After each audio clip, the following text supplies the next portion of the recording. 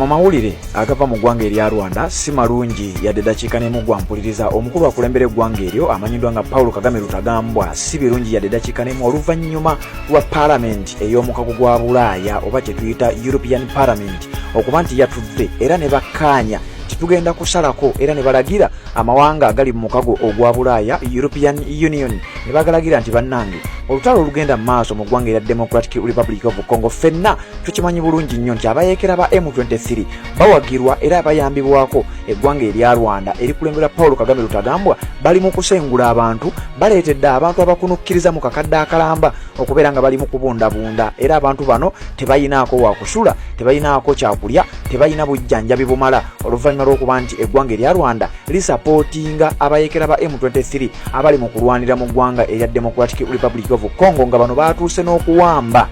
ekibuga ekimanyiddwa nga Goma ekinene era ekikulu ekya province emanyiddwa nga North Kivu nga ne mu mawulire genkuwadde olunaku olwaliro emisana nkutegeezezza nti eggwanga erya Rwanda nga ligenda mu maaso n'okuwagira abayeekera ba M23 wuliriza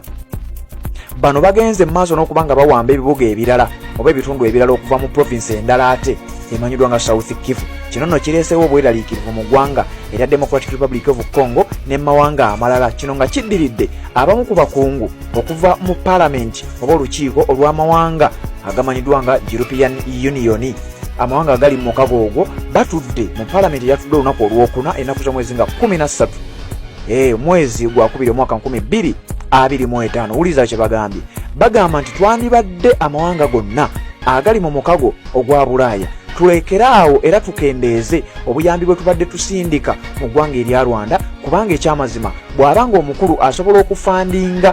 n'okubaakinga abayeekera ba M23 bagende mu maaso n'okuba nga batta abantu bagende mu maaso n'okuba nga badisplacinga abantu okuva mu bitundu ebyenjawulo mu ggwanga erya Democratic Republic of Congo naffe kye tukola tubanga abayambako Paul Kagame Rutagambwa okugenda mu maaso n'okubeera nga ate akwasaganya ensonga ezo ez'okulaba nga abayeekera bakyagenda mu maaso n'okuba nga batabula eggwanga erya Democratic Republic of Congo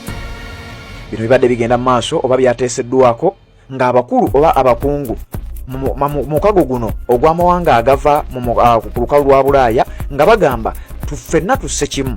tukendeeze ku buyambi obubadde busindikibwa obuweerezebwa era obuyambako gavumenti ya Paul Kagame Rutagambwa okulaba nga tumufandinga tunajjukira era okuzaako kemabega mawulire gano nzenga nga kuwa kigambibwa nti obukadde bwa euro obusukka mu 8 bwe bubadde buweebwa eggwanga erya Rwanda mu kye bayita budget support oba general budget support operation nga kigambibwa nti eggwanga erya Rwanda mu kuyisa budget yaalyo babadde bafuna obukadde obusukka mu 8 nga buno buva mu kye tuyita European Union countries omuli amawanga nga Bufaransa amawanga nga Germany amawanga nga Bungereza n'amawanga amalala agali mu mukago ogwa Bulaaya kakati we twogerera bano basazeewo kimu nti eggwanga erya Rwanda tukendeeze ku buyambi bwe tusindika mu ggwanga eryo tukendeeze ku budget oba direct budget support gye tuweereza mu ggwanga erya Rwanda bwe tuba nga omuntu gwe tuwa obuyambi ate sente ze tumuwa ayinza n'okuba nga zakozesa okubeera nga agenda mu ggwanga erya Democratic Republic of Congo okuyambako abayeekera aba M23 babeere nga ate batabangula emirembe mu ggwanga eryo lutuula lubadde mu ggwanga erya Bufalansa mukago gwa European Union Parliament ebatwala wuliriza okusinziira ku sources omukutu okumanyiddwa nga Reuters ababigoberera mu bimanyi bagamba the European Parliament urged the European Union on Thursday to freeze direct budget support for Rwanda until it breaks links with the two-led M23 rebels and allow humanitarian access to areas of Democratic Republic of Congo where they advanced. Wuliriza nno wano byayonoonesedde dda omukulu amanyiddwa nga Paul Kagame Rutagambwa atunula biriro liro era gaakaaba gaakomba wulira lwe batugambye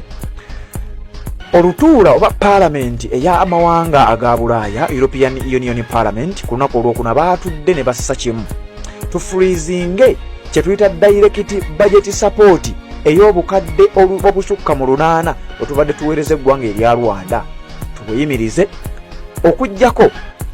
gavumenti y'eggwanga erya Rwanda ekulembera Paul Kagame Rutagambwa ng'ekkiriza okulaba nga olutalo luno luyimirira era balekerawo okuyambako n'okusapootinga abayeekera ba M23 abali mu ggwanga erya DRC bwe banakikola olwo nga tuddamu okubawa obuyambi bano bagamba batya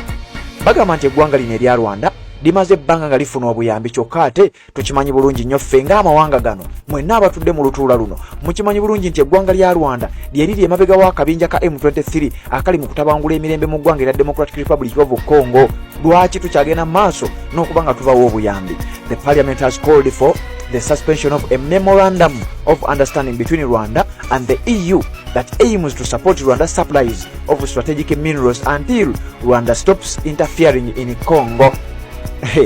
Parliament egamba era basazeewo bakowodde nti tususpendinge memorandum of understanding gye tulina wakati w'eggwanga erya Rwanda n'eggwanga erya n'amawanga agali mu European Union ng'enkolagana eno yali egendereddemu okusupportinga Rwanda kye bayita Rwandan supplies of strategic minerals. Jukira Rwanda nga bwe nakugamba ly'eggwanga erimu ku mawanga agatwalibwa ng'agasinga okuexportinga ebyobugagga eby'omu ttaka kyokka nga bw'ogenda mu ggwanga erya Rwanda bakugamba tewali yadde ekirombe gye basima ebyobugagga eby'omu ttaka era ng'okusinziira ku bamanyi eby'omunda batugamba nti eggwanga lya Rwanda erikulembera Paul Kagame Rutagambwa babadde ebyobugagga byonna babisima era nga babinyakula mu ggwanga erya Democratic Republic of Congo. Kati bano bagamba babadde balina kye bayita memorandum of understanding ng'enkolagana eno ebadde eyambako eggwanga erya Rwanda ng'enkolagana eri wakati w'eggwanga lya Rwanda n'amawanga ag'enjawulo agali mu European Union. Kakati bano bagamba kyenkolagana eno ebadde ebayambako okusapulayinga golodi,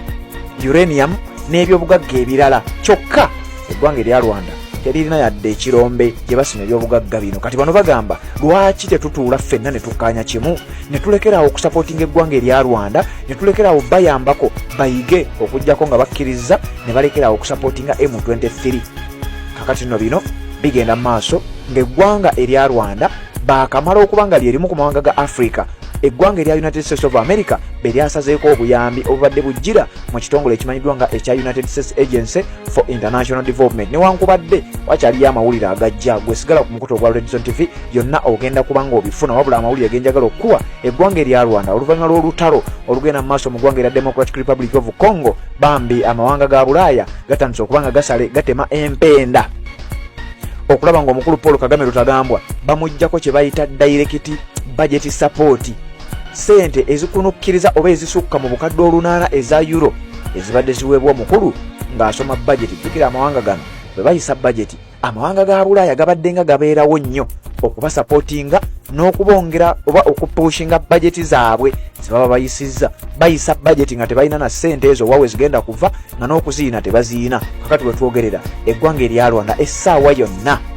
obuyambi bwandibanga bugenda bajjibwako. Parliament ya European Union bamaze okuba nga batuula era bino bikyagenda mu maaso. Ensalawo esembayo tujja gikuwa. Sigala ku mukutu ogwa Redison TV gwa tugoberera ku Facebook, asigalako atugoberera ku TikTok, naawe kyokola kya mutawana nnyo ne ku YouTube n'emikutu emirala gyonna kwe tusinzira okuba nga ate tukuweereza. Nja kusaba watonabako mufollowinga mikutu gyaffe gino kikole tubeere nga ate tutambula ffenna. Tukyagenda mu maaso n'okutuusaako byonna ebinaava sayidi eyo. Abamu bakiyita foreign policy, ffe tukiyita kuwa mawulire. Sigala ng'ogoberera, genda mu comment section teekamu obubaka tubeere nga ate tutambula ffenna. Ojja kunsonyiwa eddoboozi lyafuddemu naye tujja kutambulirawo kubanga ensinga obukulu kuwa mawulire nga gye gaba gasinzidde yonna gye tuba tugasakidde naawe yonna gy'osinzira okubanga gy'otulabira obeere nga ate ogafuna bulungi nnyo. Tuwuliziganye mu updates eziddako.